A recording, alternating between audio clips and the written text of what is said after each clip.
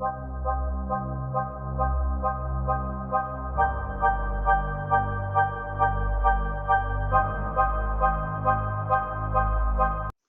students, welcome to math classes.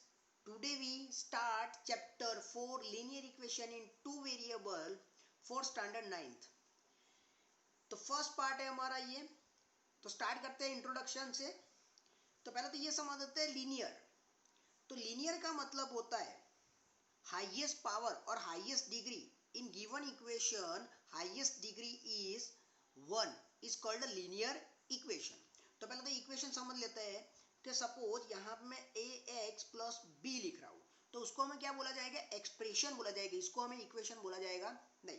लेकिन जब equal to लगता है, सपोज यहाँ पे मैंने इक्वल टू करके 0, तो यहाँ पे कोई नंबर यहाँ पे आया और यहाँ पे ये जो हमारा एक्सप्रेशन था उनके दोनों के बीच में इक्वल टू जब लगता है तो ये क्या बन जाएगा, एक्सप्रेशन इक्वेशन बन जाता है. तो अब हम बात करेंगे linear equation in two way. Sorry, linear equation पहले तो समझ लेते हैं कि लीनियर इक्वेशन क्या होता है. तो जो भी इक्वेशन दिया हुआ है उसकी पावर, हाईएस्ट पावर, अगर सपोज यहाँ पे मैं एक एग्जांपल लिख रहा हूँ 2x plus 3 is equal to 0, तो यहाँ पे लीनियर इक्वेशन इसको बोला जाएगा जिसकी हाईएस्ट पावर, वेरिएबल की हाईएस्ट पावर कितनी है, 1. इसको हम क्या बोलते हैं, डिग्री 1 है, इसलिए ये क्या बोला जाएगा, लीनियर इक्वेशन. इसको ही हम क्या बोलेंगे, लीनियर इक्वेशन बोला जाएगा. लेकिन ये जो हमें दिया गया है वो linear equation in one variable है, क्योंकि यहाँ पे वेरिएबल कितना दिया गया है, 1, इसलिए ये linear equation in one variable हो जाएगा.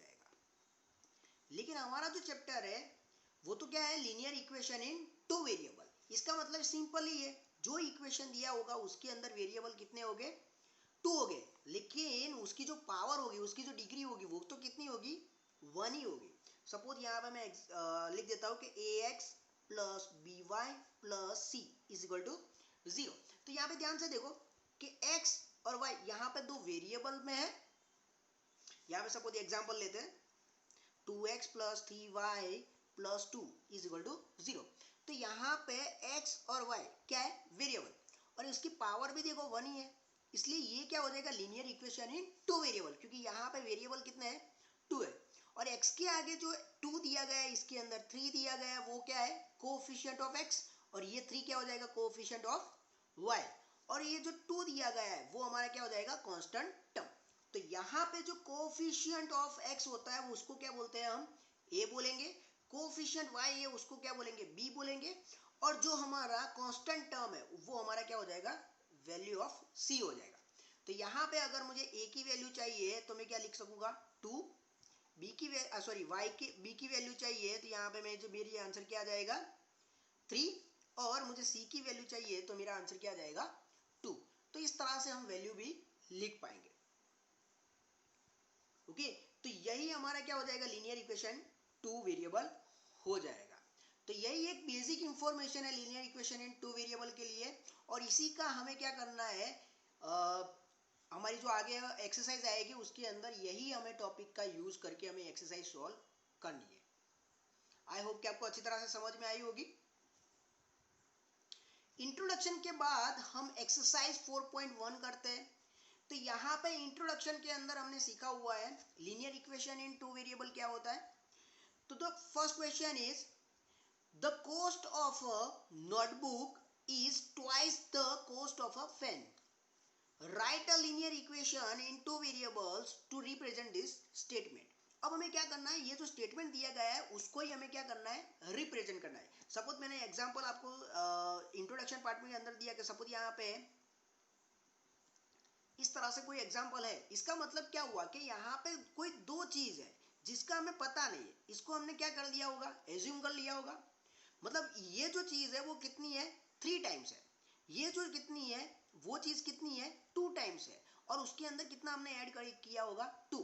और कोई स्टेटमेंट ही होगा ऐसा, और उसके ऊपर से हमने ये linear equation in two variable बनाया. तो उसी तरह से यहाँ पे भी कोई एक स्टेटमेंट है, उसको ही हमें क्या बनाना है, linear equation in two variable. तो यहाँ पे पहले तो हमें क्या बताया कि take the cost of notebook to be x rupees. तो यहाँ पे हमें जो लेट करना है, हमें यहाँ पे क्या करना पड़ेगा, सपोज करना पड़ेगा, क्योंकि हमें क्या दिया गया है, the cost of the notebook is twice the cost of pen.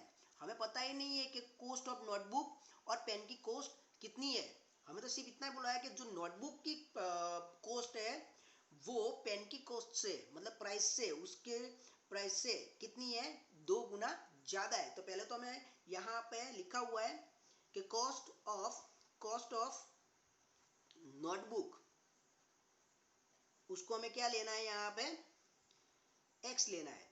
यहाँ पे हमें दिया गया है इसलिए हम वही ले रहे हैं। अगर आपको नहीं दिया गया होता तो आप x और y किसी का भी यूज कर सकते हैं। तो cost of pen is equal to y rupees. अब हमें क्या दिया गया है, जो कॉस्ट ऑफ नोटबुक है, कॉस्ट ऑफ नोटबुक है वो कितनी ज्यादा है, 2 गुना ज्यादा है। किससे ज्यादा है, पेन से।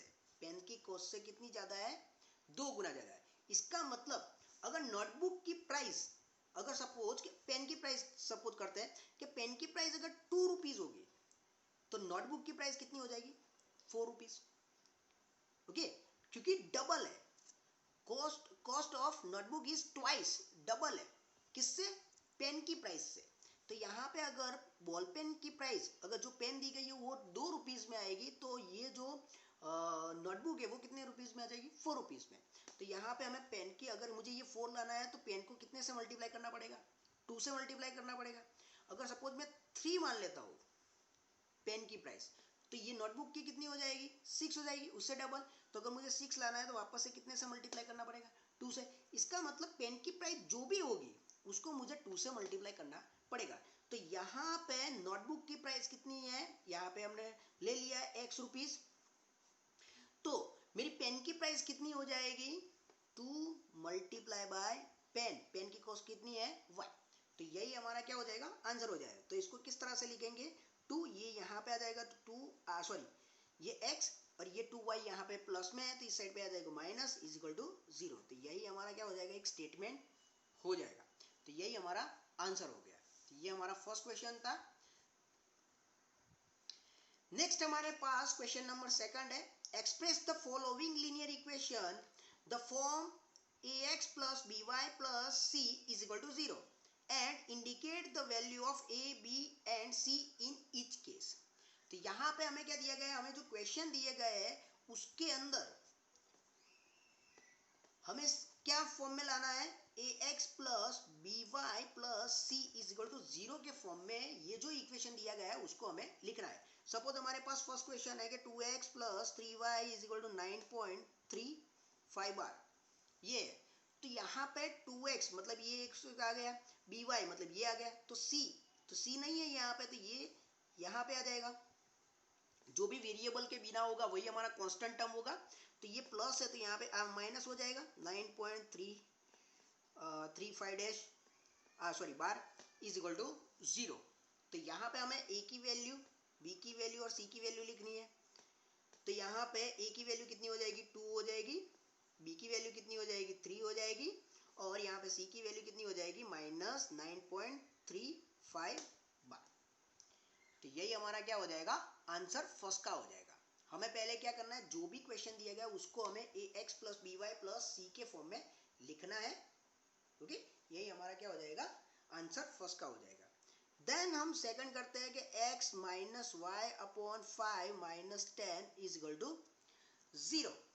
तो यहाँ पे हमें वैल्यू लिखनी है कि सपोज इसको हमें पहले तो कन्वर्ट करना है। तो यही हमारा ax हो गया, ये by हो गया और ये c हो गया।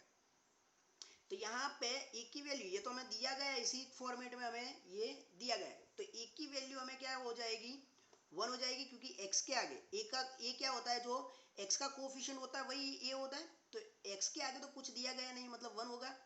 और y के आगे कितना है, 1 है, और डिवाइड बाय 5 मतलब b की वैल्यू कितनी हो जाएगी, माइनस 1 अपॉन 5, और c की वैल्यू कितनी हो जाएगी, माइनस 10।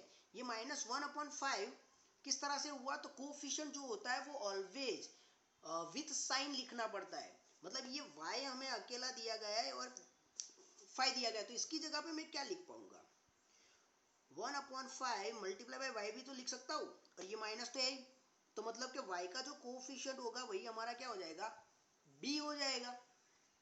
ओके, तो इसलिए ये फॉर्मेशन हमें ax माइनस by और उसी के फॉर्मेट में तो हमें दिया गया है, और ये हमारी क्या हो जाएगी, ए बी और सी की वैल्यू हो जाएगी। नेक्स्ट हमारे पास क्वेश्चन नंबर थर्ड है। तो क्वेश्चन नंबर थर्ड क्या दिया गया है, -2x plus 3y is equal to 6। तो हमें इसी फॉर्मेट में लाना है। तो -2x प्लस 3y और ये 6 यहाँ पे प्लस में, तो यहाँ पे क्या हो जाएगा माइनस इज इक्वल टू 0। तो यहाँ पे a की वैल्यू हो जाएगी -2, b की वैल्यू हो जाएगी +3, c की वैल्यू हो जाएगी -6। ओके, तो इस तरह से हम a b और c की वैल्यू भी फाइंड आउट कर पाएंगे। चलिए आगे हम कर देते हैं क्वेश्चन नंबर फोर्थ। तो क्वेश्चन नंबर फोर्थ है हमारे पास x is equal to 3y। तो यहाँ पे ये वैल्यू यहाँ पे प्लस में है, तो इस साइड पे क्या हो जाएगी माइनस इज इक्वल टू 0। तो यहाँ पे a की वैल्यू कितनी हो जाएगी, x के आगे जो भी होगा वो हमारा a होगा, तो x के आगे कुछ नहीं है मतलब 1 हो जाएगा। b के आगे कितना है -3 है, और c हमें यहाँ पे नहीं दिया गया है। अगर नहीं दिया गया है तो हम उसकी वैल्यू कितनी लिख देंगे, 0 लिख देंगे। ओके, तो यही हमारा क्या हो जाएगा, आंसर हो जाएगा।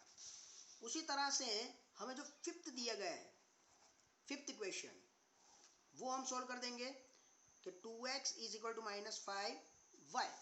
तो जिस तरह से हमने ये क्वेश्चन किया उसी तरह से ये भी करना है।